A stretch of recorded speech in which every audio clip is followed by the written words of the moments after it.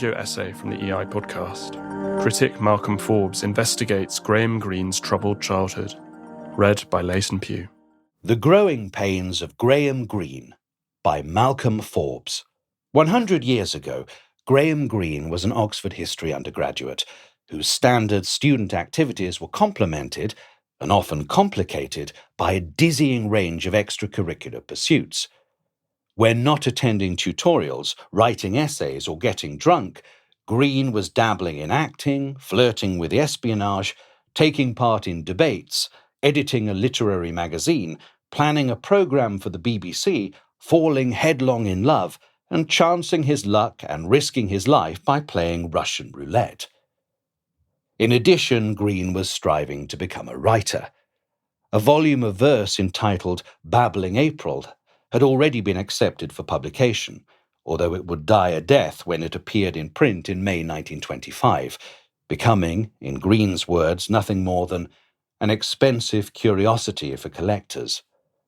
Whether keen to find his forte or to show off his creative ambidextrousness, Greene had also written his first novel. In early 1925, at the behest of his literary agent A.D. Peters, he was hard at work revising it. Initially titled Anthony Sant and later called Prologue to Pilgrimage, the book had taken shape through clear stretches and bumpy spells. For, as with those more successful books that followed, Greene had problems with the middle section. As he told his mother, "The first 20,000 words were easy enough, and the last 20,000 will be. It's the bit in between I don't like." In August 1925, he assessed it differently. "I've come to the conclusion that the first 2/3 is good, but the last bit very bad." Unfortunately, publishers thought all of it was bad and rejected the work. Today it languishes, unloved and unpublished, in an archive at the Harry Ransom Center at the University of Texas at Austin. Yet we have an idea of what it was roughly about, both from Greene's biographers and from the man himself. The subject, like so many first novels, was childhood and unhappiness, Greene revealed in his autobiography, Ways of Escape. "By mistaken application of the Mendelian theory, I told the story of a black child born of white parents." His eponymous protagonist's early life was blighted by loneliness at home and racial prejudice at school. Prompted by Peters to end on a positive note, Greene undertook a drastic rewrite. "I made the young man find a kind of content by joining a ship at Cardiff as a Negro deckhand, so escaping from the middle class and his sense of being an outsider." "Write what you know," goes the dictum. With Anthony Sant, Greene did just that. He plundered his past and evoked his many growing pains.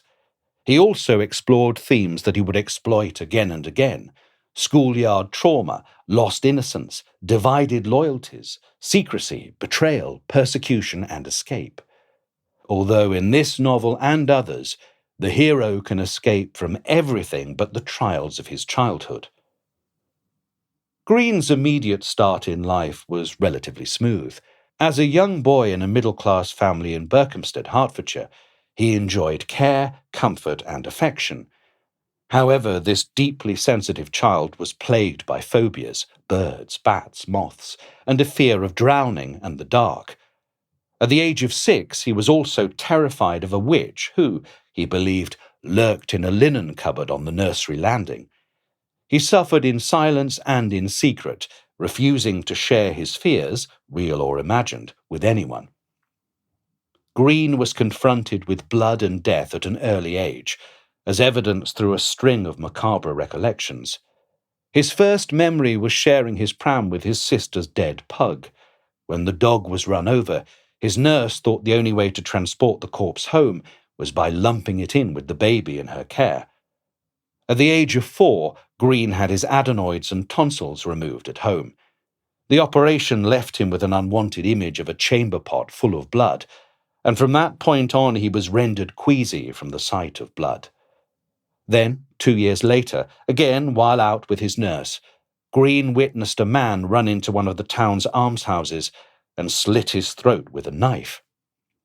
Such incidents may or may not have shaped Greene the boy, but they certainly inspired Greene the writer.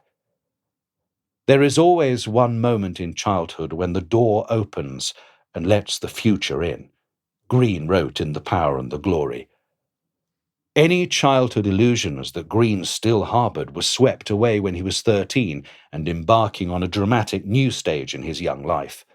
From that age, at the boarding school where his father was headmaster, Greene was mercilessly bullied. The main culprit was a boy called Lionel Carter.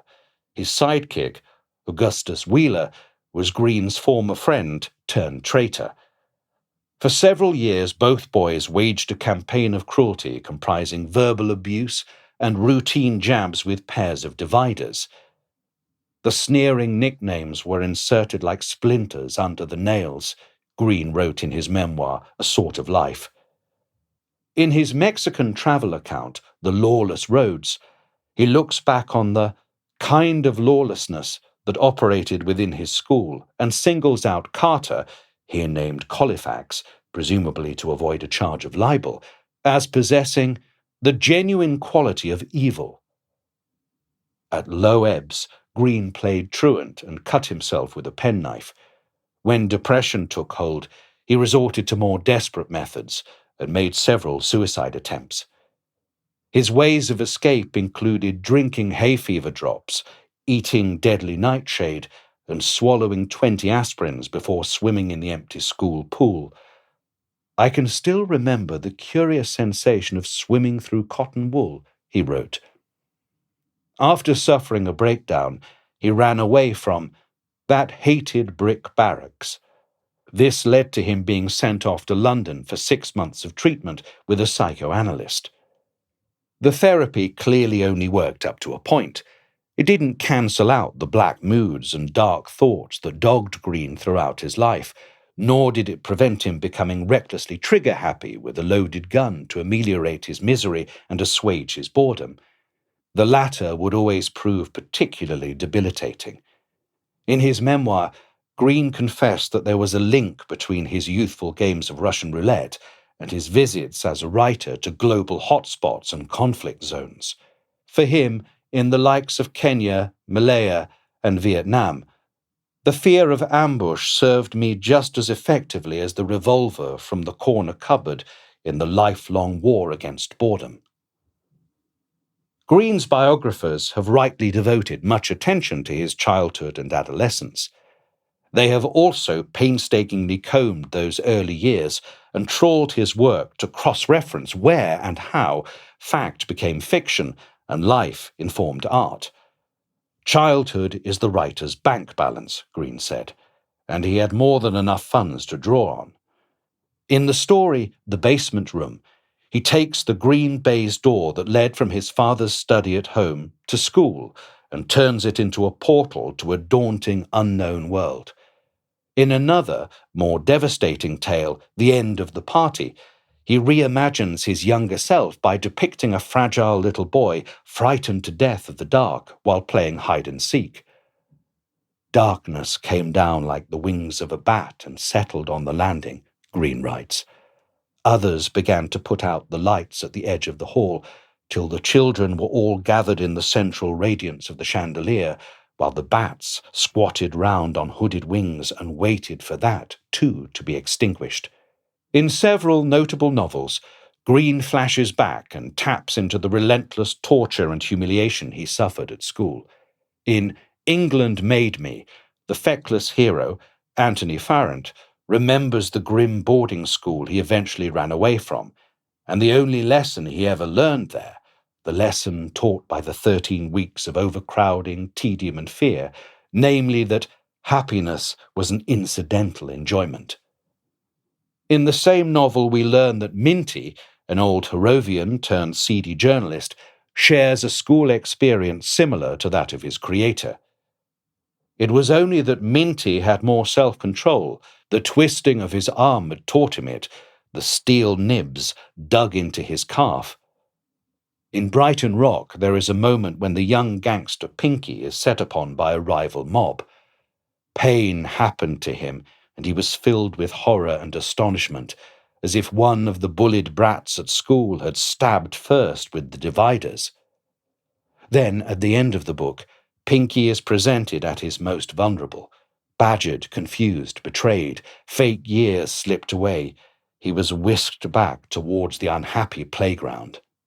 Greene's most forensic biographer, Norman Sherry, even scoured the manuscript of Anthony Sant and found a detailed fictionalized account of Greene's ordeal at Berkhamsted School. At the center of it is an unholy trinity.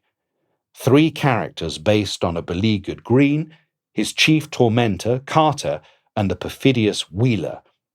There is a scene in which the Carter character, Webber, attacks Anthony in the classroom with dividers. Later, Webber steals Anthony's diary and mocks its contents. "I'll read you some. It's priceless," he tells his cohorts. "Beastly unhappy tonight. Webber and everyone teasing me as usual. Diddums, then." Webber continues to bully him by employing 2 methods of torture, the physical and the mental. The latter has a more damaging effect. A friendly teacher feels Anthony's pain. "They don't fight fair," he says.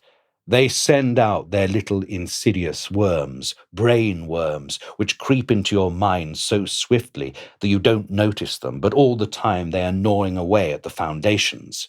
Greene's most recent biographer, Richard Greene, no relation, tells how in the late 1950s the author began a novel set in a version of Berkhamsted School.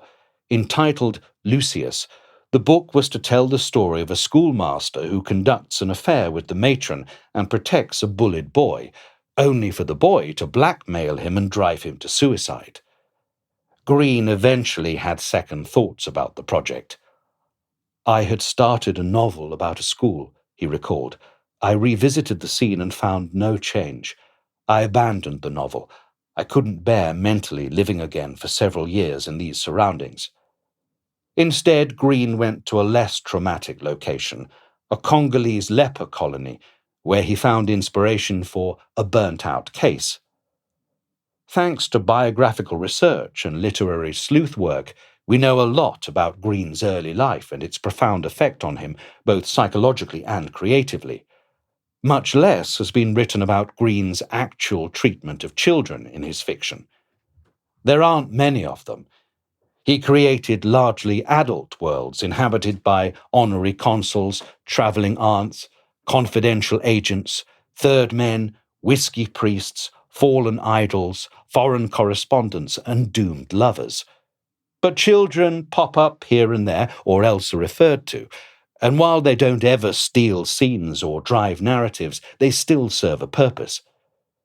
For the most part, Greene utilized children to provide welcome contrast to his main characters and to illuminate facets of their personalities. It is worth pointing out here that, perhaps unsurprisingly, Greene didn't like children much. He had 2 of his own, but he and his wife Vivian hadn't planned on having them. Greene's cousin went further by stating that when their eldest one was expected, they were very distressed about it and even thought of having it adopted. If his father was distant emotionally, then Greene turned out to be distant physically, constantly away from his family, either due to work overseas, MI6 postings, journalistic assignments, field trips for novels, or extramarital affairs on home turf. In any case, domestic life held little allure. With Greene's views in mind, not to mention the experiences that had helped form them, it is equally unsurprising to find that children are frequently portrayed in a negative light in his fiction. In Our Man in Havana, the hero's 16-year-old daughter, Millie, is a conniving, materialistic young woman. "Girls grow up quickly in the tropics," is one character's sinister observation. Supposedly a devout Catholic, just 3 years earlier she set fire to a small boy.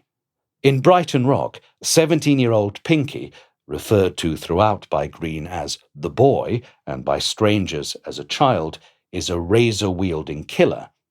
And in The Comedians, 5-year-old Angel, the unbearable child of the protagonist Brown's secret squeeze, Martha, is dumpy and needy, and stymies their shared future together. As Greene puts it, the child blocked her escape. Many of Greene's children have been wrenched out of childhood by father figures and forced to adapt to new environments. In The End of the Affair, Parkis, the private detective, has trained his 12-year-old son, a born lingerer, to accompany him to monitor all manner of adult follies and vices. In The Basement Room, young Philip realizes he is out of depth with his best friend Baines the butler, and caught up in other people's darkness. Baines's behavior doesn't help, for if a grown-up could behave so childishly, you were liable, too, to find yourself in their world. It was enough that it came at you in dreams, the witch at the corner, the man with a knife. At other times, Greene's children find grown-up worlds thrilling. In The Captain and the Enemy, Victor, on his 12th birthday, is rescued from his loathed boarding school and shown an exciting alternative by the eponymous captain. He was an adventurer. He belonged to that world of Valparaiso which I had dreamt about as a child, and like most boys, I responded, I suppose, to the attraction of mystery, uncertainty, the absence of monotony, the worst feature of family life. It is interesting that only in this book, his last novel, published just 3 years before his death, did Greene feel he could write about school at length. Victor looks back on himself as an outcast there. I can still remember the wetness of the gravel under my gym shoes in the school quad, and how the blown leaves made the cloisters by the chapel slippery as I ran recklessly to escape from my enemies between one class and the next. Perhaps Greene could finally confront those enemies on the page. Either that, or he was able to stop running. Greene's work is peppered with cynical views of childhood. Take Wormold's jaundiced belief in Our Man in Havana that childhood was the germ of all mistrust. You were cruelly joked upon, and then you cruelly joked. You lost the remembrance of pain through inflicting it. In Brighton Rock, Pinky doesn't even believe in childhood innocence. You had to go back a long way further before you got innocence. Innocence was a slobbering mouth, a toothless gum pulling at the teats.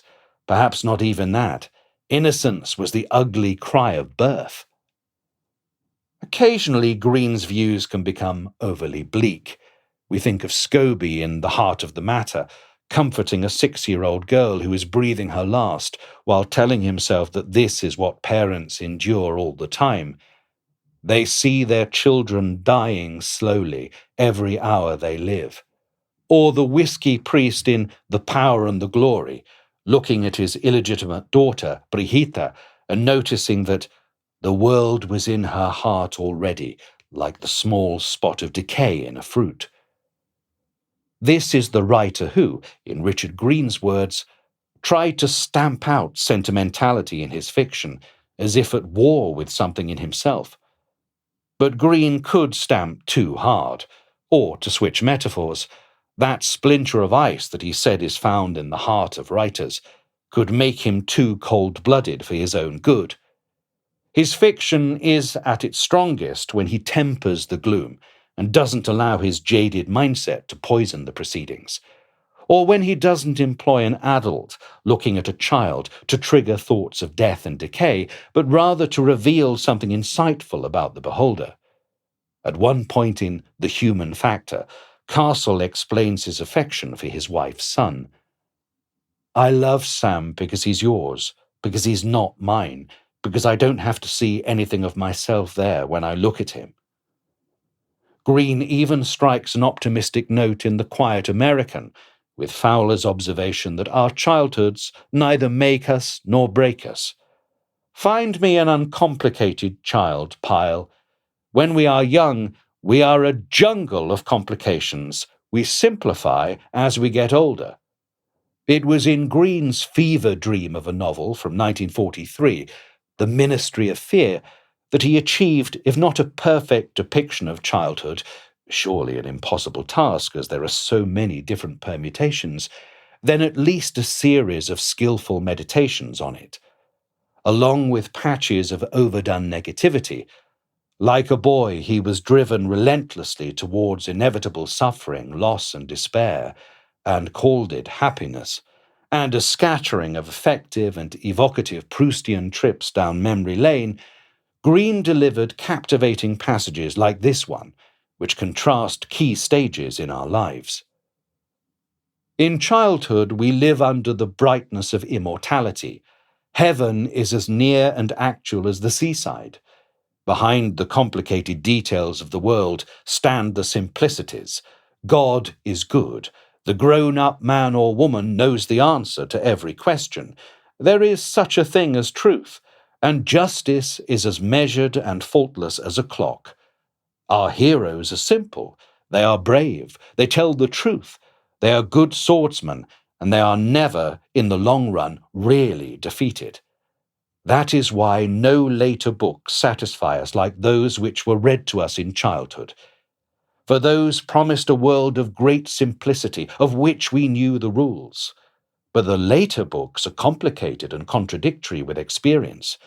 They are formed out of our own disappointing memories, of the VC, in the police court dock, of the faked income tax return, the sins in corners, and the hollow voice of the man we despised talking to us of courage and purity.